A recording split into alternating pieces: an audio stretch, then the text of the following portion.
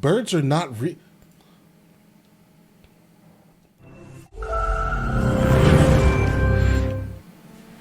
Hi. Hi. I'm Peter. Okay. And 6 years ago, I received information that changed the course of the rest of my life. From 1969 through 2001, the U.S. government murdered over 12 billion birds in the American skies. Right. They did this using poisonous toxins dropped from airplanes that was contagious and murdered all of the birds over the course of about 40 years. So you're just going to say all the naughty words, right? Now, I know this is not the public understanding of this, and may sound absurd, Right. but please just bear with me, keep an open mind, and just be respectful, please, as I share this information with you. I know a lot of you may be wondering, why would the government kill 12 billion birds? That seems like an awful lot of trouble for a government to go through. The reason is as devastating as it is simple. For each bird the government killed, they replaced it with a surveillance drone replica in disguise designed to spy on the American people. Now, some may say, if you're the government at least, that this is a worthy sacrifice. I had to get the chat up. It's these 12 billion lives for the safety of the people, right?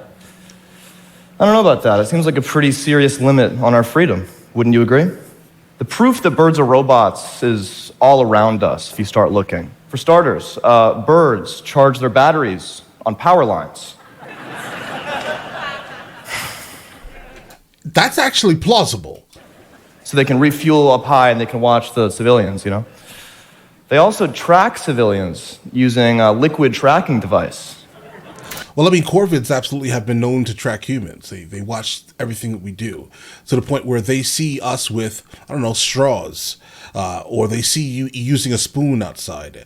And these corvids, meaning magpies, ravens, and crows, what they do is they kind of swoop down. Well, not swoop down. They find something that they think that we like. It generally will be like a coin or like a straw or like a spoon. And they will try to barter with you, specifically ravens, right? They will try to barter with you. So you keep a pocket full of peanuts, okay, and give them one peanut and they'll give you a straw because they think that that's important to you because they always watch us. Okay, so birds, in a sense, are not real? No, they're real. Well, those may not be regular. Let's go. They also track civilians Don't do this. using a liquid tracking device. You ever wonder why birds poop on your car? Do you need more evidence? I can go all day up here. Who here has seen a baby pigeon? You haven't, have you? It's weird. There's all these adult pigeons. Where are all the babies? They come out of the factory as adults. Right. So, Out of the factory. there's no organic growth, you know? Yeah, right. It's a smoking gun. Over the years, as I began putting this information together, I began realizing the extent of all this. And there were times I wished I never even learned this. My life would be so much easier. You know, I remember before I knew this information, I was happier, my steps were lighter, you know? But I always come back to this. It is my moral obligation as one of the few privileged enough to know this, to share it with you, the blind sheep, you know? Right. And that's what I've been doing for years now. I'm a part of a movement called Birds Aren't Real. And in 2021, I was... Bro, is this a real thing? I'm guessing if he was able to get a TED Talk, this is probably like a gigantic thing, right? Most likely. There are a lot of people who perceive birds not to be real. Most likely. I'm guessing. Potentially. Promoted the public information officer for the movement. It's the honor of my life. Right. I had one job. No, thank you. Thank you. My one job was to deprogram the public from the bird lie. And deprogram is a very specific word, because you all are programmed. You know that, right? Birds aren't real. We live in a pro-bird civilization drenched in propaganda. For instance, every state has a state bird. The national mascot is a bald eagle. Presidents don't talk, they tweet. Then the tweets are covered on the bird logo media. Once I knew this, my first order of business was to get the information out to the American people. Get off the internet into the real world. So that's what I did. I bought a van covered it in decals with facts. I wanted to turn the highway into an information. No, that didn't happen. This cannot be, bro. Not a single human did this, bro. I promise you. I don't believe it. If this is a real thing, pigeons are liars. Highway, awaken the people. I went city to city, holding rallies, meeting up with our thousands of supporters growing by the day, and I was putting up billboards wherever we went, sharing our simple but powerful message. Look at how beautiful it is. Now, the government did take note of what we were doing, and they sent some intimidators to try and deter us from our mission. You can see them right there. Right there. But we did not fold. We kept on going. We started holding rallies at some of the most evil pro-bird corporations in the world, starting with Twitter, where we brought hundreds out to protest their pro-bird logo. Months later, we brought 500 people out to CNN headquarters to demand fairer coverage for bird truthers on air. Then, just last year, we brought 2,000 people out to Washington Square in New York City to demand that the mayor shut down every pigeon in the city. Here's what that looked like.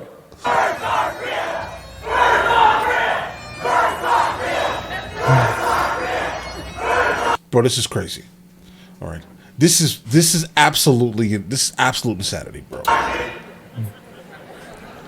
Can't even tell you how that felt. I took that video, standing on the top of the van, megaphone in hand, right, knowing we were awakening a country that needs it so badly. Yeah, Can't think of anything more beautiful. I want a shirt right now. Let's see. Let's see. Okay, let me start this talk over. I do not actually believe they're all over Amazon, guys. Okay, the next time you listen, you're gonna definitely see me absolutely with a birds aren't real shirt, just for the memes. Just keep this in mind. I love the odd shirt, guys. That birds are robots. And everyone else in this picture is also in on the bit. This is a character that I played for 4 years. Okay. The leader of a fake movement with fake evidence and a fake history. Our goal was to convince the public that our satirical movement was a real one, and to see if the media would believe what we were saying. To do this, I played this character that I just showed you. We held rallies, put up billboards. We even sent the media a lot of fake evidence. We hired an old actor to pose as an ex-CIA agent confessing to his crimes. We sent them a historic... Hey, listen, sometimes that's all you need, bro. ...historic email leak called Poultrygate that came out of the Pentagon. Poultrygate?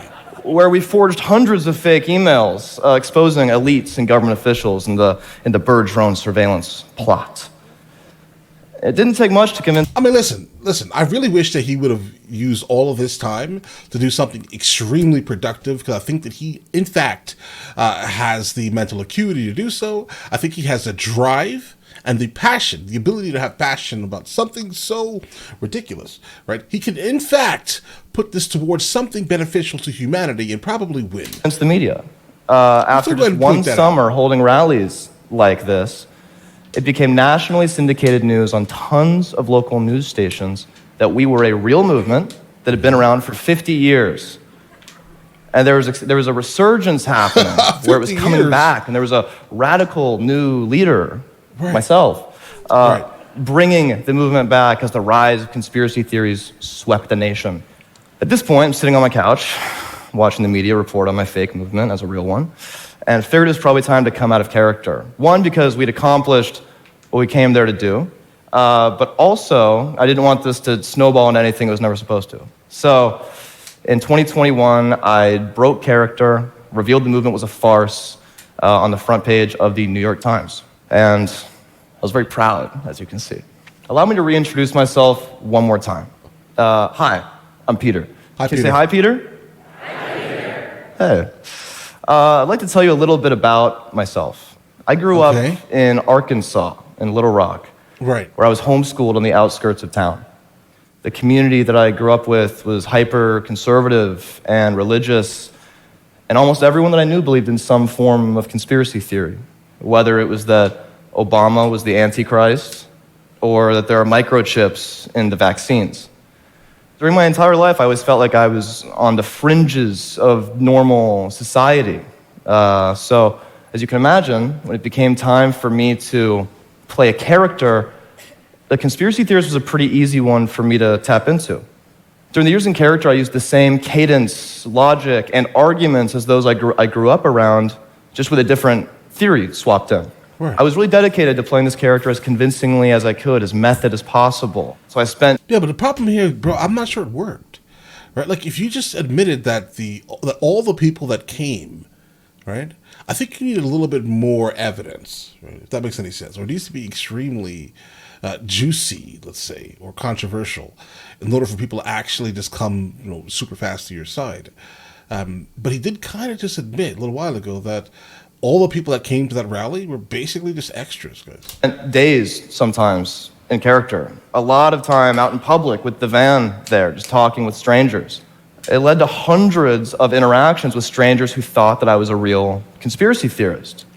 I'd often be out there, cowboy hat on, handing out flyers that said things like if it flies, it spies. We had another flyer that said bird watching goes both ways. Okay. And during these times, as I'm handing out flyers and talking with people, there were hundreds, maybe thousands of instances over the years where strangers would approach me. They'd see me in public, and I'd see them notice me. They'd walk up to me with complete disdain on their face. They thought that I was a real conspiracy theorist. Right. And time again, they'd come up to me, look me right in the eyes, just as close as I am to you right here, and they would tell me how stupid I am. They'd tell me I was uneducated, right, that I was crazy, that I was the problem with this country. When this happened, I didn't feel the emotions of the character that I thought I would. My out-of-character self may interpret these interactions as a funny response to someone that fell for the comedy project, but instead I felt the emotions of the character. I felt emboldened, and I felt sad and angry, like they didn't even take the time to know me. But why would you? Why would they, at least? They instantly condemned. What benefit do they have to get to know you if they think that this is kind of like exactly who you are, what you are? If you're saying it very loudly, it's going to be kind of hard for someone to be like, you know what, listen, I want to listen to what this young man is saying because it's so ridiculous, bro. It is, in fact, ridiculous. Condemned me, judged me, and othered me. I'd found myself on the opposite side of this equation that I'd grown up around, the normal and the fringe. And in those moments when those people were talking to me, they could not have been more ineffective at what I would assume they really want. Less conspiracy theorists in the world. These experiences, hundreds of them over the years, watching how people interact with those on the fringes of our society, gave me an entirely new perspective on our approach to conspiracy theorists, whether it's how we frame them in the conventional media, to how we deal with those in our own lives. Okay. If our goal is to live in a shared reality with our neighbors, what if our current approach isn't bringing us any closer to that? What if by talking to conspiracy theorists like they're ignorant and stupid, we're actually pushing them farther away from the truth that we want them to see? Hey, listen, young man, you may have something here. I never actually thought about it like that. I just generally look at conspiracies in general. I'm just like, okay, I don't really care, right? I'm literally just like, that's so crazy that I have no idea what to even say to this. Right? The science is not on your side, bro. How am I supposed to take what you're saying as any type of fact, bro? Because what happens when someone tells you that you're stupid, you're all wrong, you're the problem? You'll feel judged and dismissed, and most importantly, you'll feel othered. And then stay deeper into the fringes. May lead you to look for fringes. safety in those who are like-minded. Pushing them all into the corner, yep. To do what they have been doing for you. Affirm your selfhood, give you a sense of identity, belonging. These are some of the most basic human desires. We have to consider that conspiracy theorists are not just joining these groups for no reason. They're getting rewards out of these, things that we are all looking for. A sense of purpose, community. I grew up with the internet. And during my time with this project, especially out of character, people have talked to me about the misinformation age and this, terrifying problem of online echo chambers and conspiracy theorists. But I want to remind us that there are humans behind a lot of these screens. It's not just numbers. Everyone's unique experience influences their own narrative about the world, and there's no blueprint for how to deal with this yet. But I do not think that online echo chambers of conspiracy theorists are this inevitable symptom of life online. The internet is... I don't know, bro. Listen, I feel you, bro. I get it. But I think echo chambers have existed for a really long time in general, not just online. So I guess it's not just a straight symptom, right? But I think that they have the ability to completely run rampant online, though, echo chambers. It is very easy to get stuck into your box because the algorithm is just going to feed you the same nonsense, if that makes any sense. Right? Like, you may get one video. That one video is completely trash. None of it is actual fact. Nothing is actual factual, let's say. Right? There are no facts in this story at all. Right? But you're going to watch that video, and the next video you watch is going to be the same thing that's just going to basically say, you know what? Different person, same story, the same echo chamber, content. And all you're going to do is ride down that rabbit hole, bro. That's it. You're stuck now, bro. And the only way to break that is to basically, I don't know, watch like Brazilian wax videos randomly. Or watch...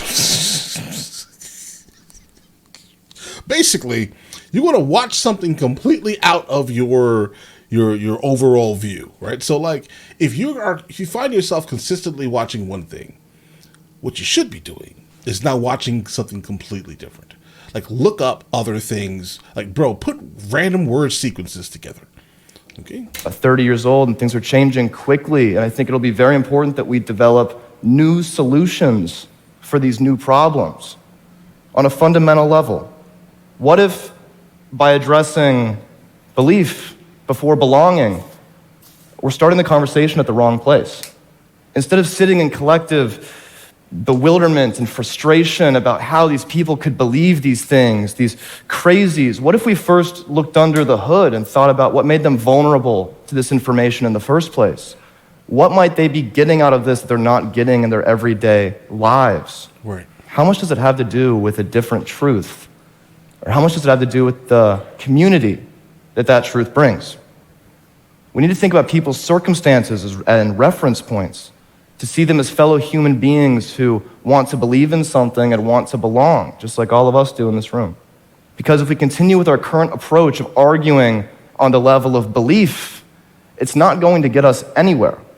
We're going to end up with more echo chambers, more disinformation, and more polarization. Instead, we can do the harder work of looking into what is fueling the need for an alternate truth.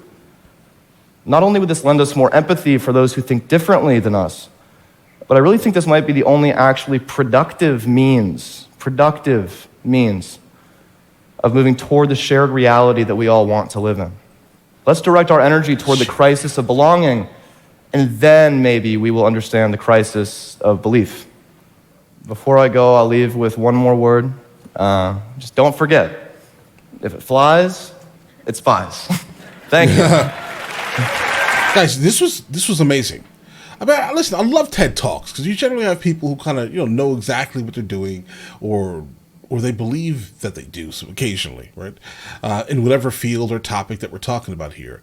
And this obvious one is about echo chambers and conspiracies, but I generally try to fight echo chambers as much as I humanly possible, guys. I will not full-heartedly agree with any video generally that I encounter. I won't. I mean, I generally don't. Sometimes I do. I just contradicted myself. But you get the point here, right? I try not to ever allow myself to fall into an echo chamber, because when I do start to see, like on YouTube, for example, if I start to see videos and they're all kind of the same overall topic, I'm like, listen, bro, this is a problem. I, in a very neurotic manner, okay, will search for the most random thing on YouTube. I will literally open one random video, then another one, then another one. Basically, never let the algorithm know your next move. Telling you, never let them know your next move.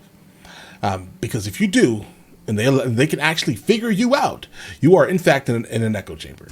I'm telling you, bro, do not get caught in that. And specifically wherever you do watch your media, the same thing, guys. Right? They're going to keep suggesting the same things. They can keep you on the platform longer, your eyes there longer, consuming their product more so than someone else's product, guys. It's important, right?